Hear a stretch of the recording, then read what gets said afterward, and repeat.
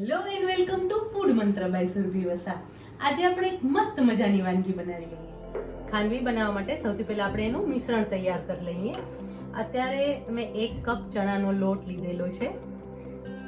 હવે જ્યારે આપણે 1 કપ લોટ લેતા હોઈએ ત્યારે એની સામે લગભગ 2.5 કપ જેટલી છાશ લેવાની છે અને જે છાશ છે એ થોડી ખટાશ પડતી લેવાની છે.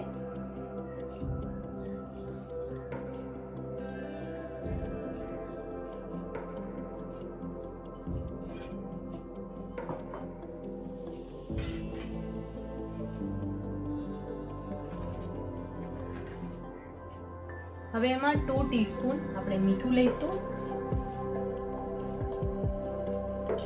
1/2 ટીસ્પૂન હિંગ અને 1/2 ટીસ્પૂન હળદર ઉમેરી લઈશું. હવે આ મિશ્રણને પ્રોપરલી મિક્સ કરી લેવાનું છે. એના ગઠ્ઠા ન પડે એનું ખાસ ધ્યાન રાખવાનું છે. એક પણ લમ્સ રહેવા ન જોઈએ. એકદમ સરસ રીતે આ મિશ્રણને મિક્સ કરી લેવાનું છે.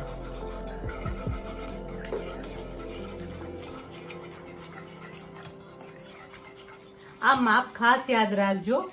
1 કપ જ્યારે તમે લોટ લેતા હો ત્યારે એની સામે 2.5 કપ છાશ લેવાની છે, તો તમારી ખાંડવી એકદમ સરસ અને એકદમ પરફેક્ટ તૈયાર થશે.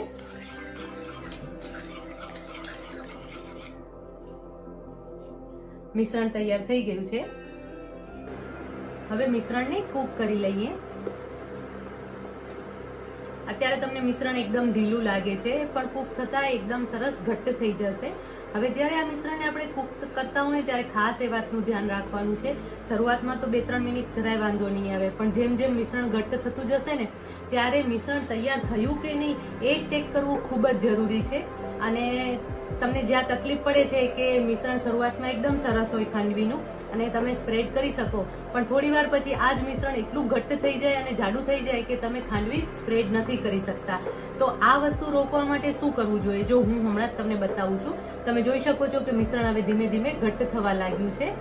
જો અંદર પણ તમને લમ્સ દેખાઈ રહ્યા છે ને. સતત હલાવતા રહેવાનું છે આ મિશ્રણને, નહીં તો નીચે ગઠ્ઠા પડી જશે. તમને એવું લાગે ને તો થોડી વાર માટે આ મિશ્રણને એટલે કે જે ગેસ છે એને ફ્લેમને બંધ કરી દેવાનો છે, ઓફ કરી લેવાનું છે આપણે. જો આ મિશ્રણ હવે ઘટ્ટ થવા લાગ્યું છે ને. પેલા કરતા આ મિશ્રણ ઘટ્ટ થાય છે અને એમાં તમને લમ્સ પણ દેખાઈ રહ્યા છે. સતત હલાવતા રહેવાનું છે.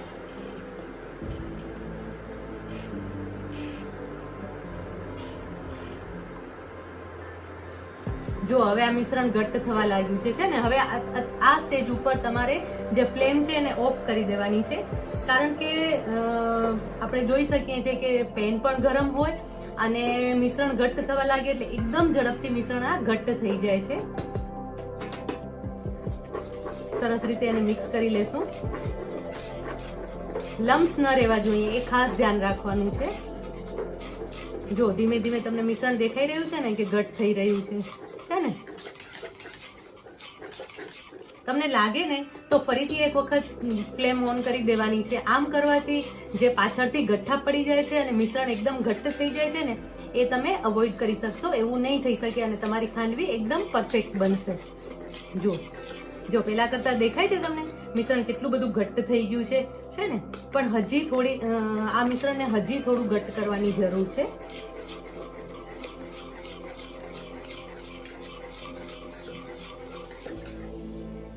જો જ્યારે આપણે આવી રીતે કરશું ને ત્યારે જે મિશ્રણ છે ને એ એકદમ ઊભું રહી જાય ને તો સમજી લેવાનું કે આપણું મિશ્રણ છે એ તૈયાર થઈ ગયું છે. હજી આ મિશ્રણ થોડું ઢીલું છે, એને આપણે ફરીથી એક વખત માટે ચાલુ ફ્લેમ ઓન કરી દઈશું.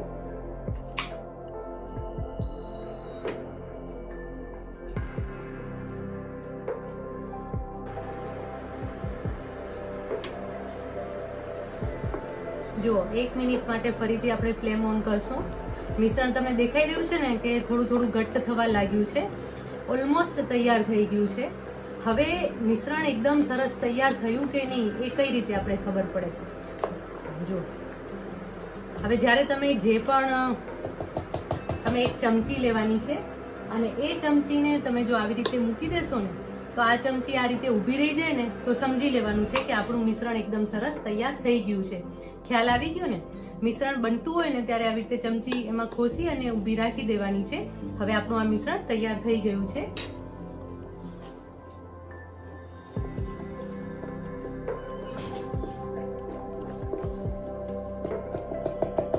અત્યારે તમને ઢીલું લાગતું હશે, પણ જે તમે કહો છો ને કે ગઠ્ઠા પડી જાય છે, એ ગઠ્ઠા ન પડે એના માટે આ રીતનું જ મિશ્રણ હોવું જરૂરી છે. જો આનાથી વધારે તમે ઘટ્ટ કરશો ને તો જ્યારે પણ ખાંડવી પાથરશો ને ત્યારે શરૂઆતમાં પથરાશે, પણ પછી ગઠ્ઠા પડી જશે. તો હવે આપણું મિશ્રણ એકદમ સરસ તૈયાર થઈ ગયું છે. હવે ખાંડવીને આપણે સ્પ્રેડ કરી લઈશું. હવે ખાંડવી સ્પ્રેડ કરવા માટે આપણે પ્લેટફોર્મ પર પણ કરી શકીએ છીએ, આવી રીતે કોઈ પાટલો હોય તો એના પર પણ કરી શકીએ છીએ, અને થાળી પર પણ કરી શકીએ છીએ. તો અત્યારે મેં આવો એક પાટલો લીધો છે અને એના ઉપર હું ખાંડવી સ્પ્રેડ કરું છું. સ્પ્રેડ કરતી વખતે હંમેશા જો તમારી પાસે આવું સ્પેચ્યુલા હોય ને, રબર સ્પેચ્યુલા, એ લેવાનું છે. એનાથી ખાંડવી બહુ જ સરસ રીતે સ્પ્રેડ થશે. અત્યારે આપણે ખાંડવી સ્પ્રેડ કરી લઈશું. અને હા, ખાસ એક વાતનું ધ્યાન રાખવાનું છે કે જ્યારે ખાંડવી સ્પ્રેડ કરો ને ત્યારે નીચે તેલ કે ઘી કાંઈ જ નથી લગાવવાનું, કારણ કે મોટા ભાગે આપણે એ ભૂલ કરતા હોઈએ છીએ કે નીચે તેલ લગાવી દઈએ અને પછી ખાંડવી સ્પ્રેડ કરીએ છીએ. એના કારણે શું થાય છે કે જ્યારે પણ ખાંડવી આપણે ઉપાડીએ છીએ ને ત્યારે પ્રોપરલી ખાંડવી ઉપડતી નથી. તો આ રીતે ખાસ ધ્યાન રાખવાનું છે અને સ્પીડમાં થોડુંક આ કામ કરવાનું છે. જો તમે મિશ્રણ મેં કહ્યું એ પ્રમાણે રાખ્યું હશે ને તો ખાંડવી સ્પ્રેડ કરવામાં જરા પણ તકલીફ નહીં પડે. તમે જોઈ શકો છો કે ખાંડવી એકદમ ઇઝીલી સ્પ્રેડ થઈ રહી છે. જો, અને મિશ્રણ હજી પણ એકદમ પ્રોપર જ છે, ઘટ્ટ નથી થઈ ગયું. એટલે જો આ રીતનું મિશ્રણ તૈયાર કરશો તો ખાંડવી એકદમ પરફેક્ટ તમારી તૈયાર થશે.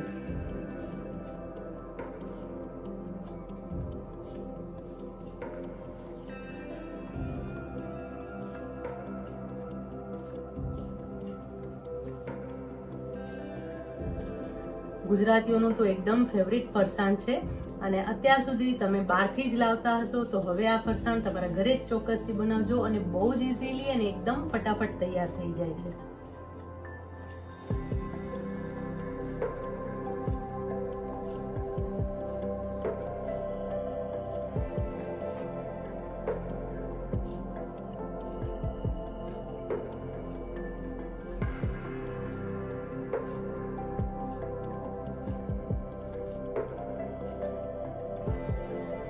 સ્પેચ્યુલાથી સ્પ્રેડ કરવાથી જે ખાંડવી છે એકદમ સરસ રીતે સ્પ્રેડ થશે, અને એના કારણે જે ખાંડવી બનશે ને એ એકદમ પતલી ને સરસ બનશે. બહુ જ ગઠ્ઠો પણ નહીં રહી જાય અને બહુ જાડી પણ નહીં તૈયાર થાય.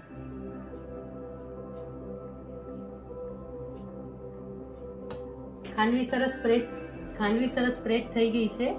હવે એને કટ આપી દઈશું.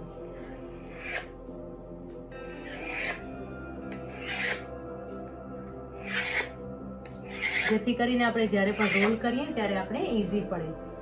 હવે આપણે 1 મિનિટ માટે આ જે ખાંડવી છે એને ઠંડી થવા દઈશું. ખાંડવીને હવે રોલ વાળી લઈશું.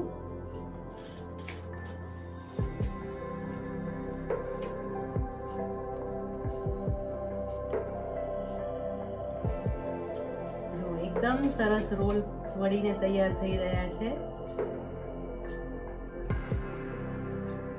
બહુ જ ઇઝીલી ખાંડવી ઉખડી આવે છે, એકદમ સરસ રીતે તૈયાર થઈ જાય. જો તમે તેલ લગાવ્યું હશે ને તો આટલી સરસ રીતે ખાંડવી ઉપડી નહીં શકે.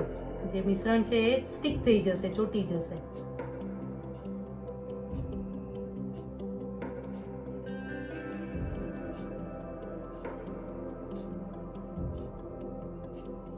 અને આ રીતે કાપા પાડી લેવાથી ખાંડવીનો શેપ પણ એકદમ સરસ આવે છે.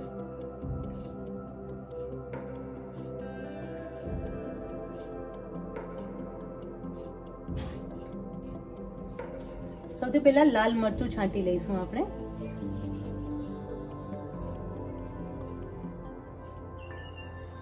હવે એક વઘાર તૈયાર કર્યો છે.